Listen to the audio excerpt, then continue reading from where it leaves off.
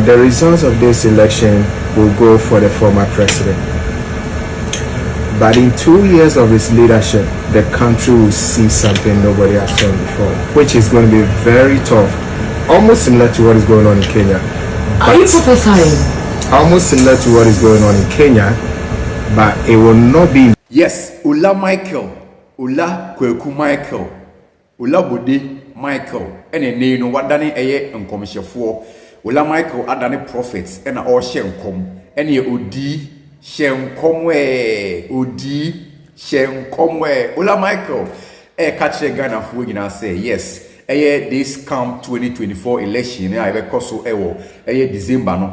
Ebe kwama John Dramani Mahama, the former president. Ono neba betina abengwana so as president of Ghana once again. But BBC, osi BBC na mamu mu. 2 years later, 2027 no osi BBC. Na ye nyina ye nim say bibi asema esi Kenya no. Ola Michael echire mu say sa asem no ana besi Ghana ha. Bra Mahama ababe president. Osi ene etwe mu tan a. Sisi a no ye nim nkomsha aba a friend say Ola Michael so. Ola Michael and commissioner washing me who a fun be say yes fine we all aware say John Dramani Mahama is becoming on air day on one be winning but in some Ola Michael I can confirm say by 2 years later the youth of this country will rise up against John Dramani Mahama. 2 years after the power and after the office, no, the youth in this country will rise against John Dramani Mahama. And someone Ola Michael Ekan with a womb. And someone Ola Michael Ekan to me a womb. And someone Ola Michael Ekan and Ukrobi a womb. And someone Ola Michael Eddie to Dano. Yankupon a year channel. Yes. Yankopon and a yachin. Me no Ola Michael atkin come back door. Me ne din come wa can't say Bibri at Jemmy. I can't say Bibri Eddie at Jemmy concerning this as someone what's now in Neat FM so and what's now or any really the show our yes entertainment GH and what's now no can't ask and say come what me Mahama is going to what be the president of this country this 2024 election because December 7 but the 2 years after no BBC the BBC no it will be equivalent to the air cost of Kenya currently. The youth in this country will rise against John Dramani Mahama 2026-2027. Abusian for memo akwaba de aba Eddie Vibes Media so. Yes, Mr. say and any da we media shemu Mr. say we me a subscriber to us. We dey me aso ne di mechi YouTube hack. Afei no apart from YouTube no all social media platforms Eddie Vibes Media and CBC ne betena se ne ye kan sem ebia na nsem a wo kan obi ntie. O like we are no why wa share video no ema obi nso a ontie ofoforo no so ende ensa enka. So what you see, baby, I need fans some many small. Yes, Ola Michael, a radio presenter and as a radio broadcaster. Now we all know Ola Michael to be a film director. Ghana had the Obo Ola Michael there. The Nimuno Potin say oye director. And I say oye film producer. Now, on a former PRO for a Film Producers Association of Ghana, 5-pack. Yes, on a first on a PRO for 5-pack Film Producers Association of Ghana. But an idea where a radio presenter or Neat FM or Sansu Peace FM. And I said, despite media as a whole, Ola Michael Eden, Etnasi na Odini Juma, or basically Neat FM, entertainment GH, and I face no drive time on one wedding. Obo. Na what's now any radio so a can be. Somehow can say, Abaya beto 2024 no. Or see Ochimwa, a Yankopon na Eden, a year 7 no.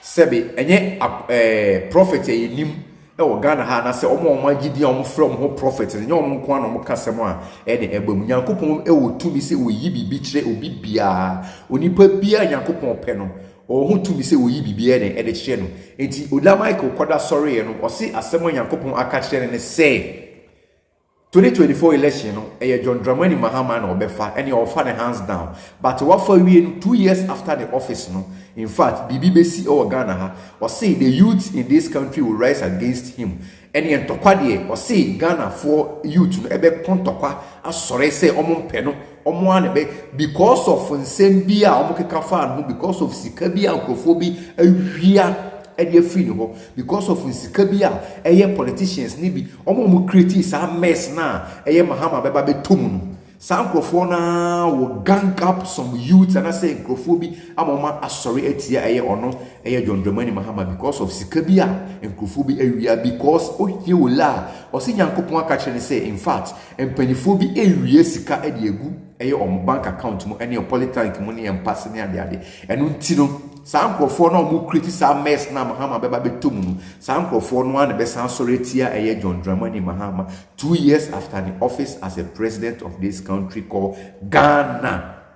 Asem no adiloto aye hey mata chop hot asem no emu odren asem no mu odru we obi a ote in commercial sia maka kire say Ola Michael no sebi inimu no as a radio broadcaster or presenter but asem a Yankopon yi ache no Ghana fo nyina mo memfa nto etirim because ohwe oman mu a sika de nkrofo bi ewie bi mini proof mini evidence bia but ohwe niema nkrofo keka na nsen adumba ewu asem a okeka concerning John Kuma ne nkrofo a omka Cecilia da Pansem ne yehu bi kura ya Cecilia da Pansem enti sika de nkrofo ewie bi because omu wia e de akogu omu bank account mu ne akese ne nkrofo toto niema wo Dubai ne nkrofo save kro ne Japade nkrofo wo Dubai ne nkrofo bebre na saa nsem ni nti ene Ola Michael se Nyankopon se onka che Ghana for say fine abane de Mahama ebe de ebe fa but ye be de Ghana for youth ebe san sorry e de tia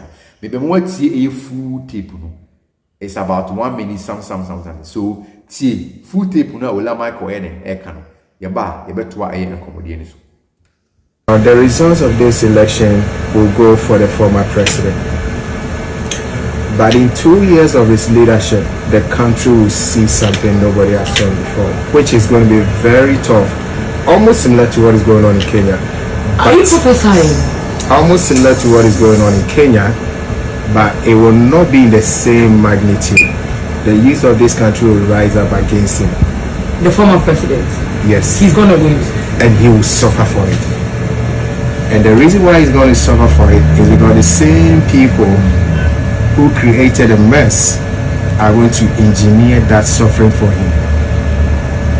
One of the ways he can save himself from the 2027 turmoil is for him to do whatever it takes to retrieve some of the money that has been taken away from the country's coffers. When to me, no be by 2027 he will be president of Ghana. If he's listening or if somebody's listening, they should tell him. But it shouldn't make him feel complacent. He will win. Yes, he will win. But he will suffer by 2027. If he wins and he wants to prevent the suffering, he should do whatever it takes to retrieve some of the monies that have been taken away, because a lot of Ghanaian money have been taken away. Almost similar to what is going on in Kenya. Are you prophesying? Almost similar to what is going on in Kenya, but it will not be in the same magnitude. Yes, and you know, 2024 come December ya yekoto abai ene wokwa koto aba ama John Dramani Mahama dia fashi utrim say 2 years after the office as president, you know, the youth against this country, the youth in this country will rise up against John Dramani Mahama. Enye nunti ena won koto aba emfama no fine ewe enkom hye ena e free Ola Michael wide aba. Yes, abra no wotwe community me say abra bo we ne bisa. Yes, you see, yes it ensemo a Ola Michael e de tu dwa no because osi ochirimu a osi sika de minim proof or na evidence a wo osi sika de enkrofo awie bi papa Ghana sika de enkrofo awie bi enkrofo atabiri bi enkrofo atabiri sika bi de akosie enkrofo awie sika na se sika na enkrofo akuwia no ntino. Yes, Archbishop Duncan Williams ebeke kan se bi kire Ghana fo nyina se abaya ye betui ebetine agina so ama bibi boni bi anase ntokwa bi asi o Ghana ha because politicians have underrated these youths in this country. Oma fa Ghana for say sebe Ghana for e jimi for Ghana for ye soft Ghana for de we yemre ye see ye pasumdwe asumdwe ne yepe but you see osuo ta ponchani a oje wo asemo a eye Archbishop Duncan Williams e kan no saa asem na bi ena Ola Michael enso e ka fo aso Nyankopon ayi a kire no so what ase enu nti no saa Ghana for de ye pentokwa Ghana for de ye see Ghana for de ye see no emre bi be ba saa de ni nyina eto bi twa yo owu eye ba ko pe uwa una umuchina what they say na china and a woo anopo ya there's no way so say wo you ba kope enti sansem na politicians e dey show mutrim say Ghana for the soft and a Ghana for the have short memory and a Ghana for the way say Ghana for the pentokwa ye pasumdue ye pese no sansem na go back and come and harm the same politicians now omo keka sansem no che Ghana for because of sansem nti no ama Ghana for ni bebree and as politicians no atake Ghanaians for granted. They have underrated Ghanaians say. In fact, the ombeks me aye no politicians no say oh master Ghana for credit. Say you be trouble near mom 50 cedis 100 cedis be there and say and they go and omo confirm pija ballot box no mom fan chinchin and you see these are some of the things. It's Ghana for 2 years after say Mahama be president no 2026 2027 no Ola Michael say in fact emabunu wa okumu ha na ebe soreti ya Mahama ama nsem a ekoso wo Kenya currently no wose sansem ni bi pepepe ni bi besi e wo Ghana ha enti se ye obi a itie nsem na ye de nsem di dwuma de nsem a Ola Michael kan no Ghana fo moma yemfa eye aba ebi wom moma yemfa eye nsem bi ewom moma yempeke eye nyansade bi ewom moma yempeke etrimupo ene nimde nsem bi ewo de Ola Michael kan enimu aye edi vibes media eso all social media platforms. Share me na engine some information, education, and entertainment. Infotainment in tea and Eddie Vibes Smith. Na dwem abribia na me de eye nsempa ebe somo bia ude dem uzigi sagamu ude dem. What's it then? Yankwana. Me kwa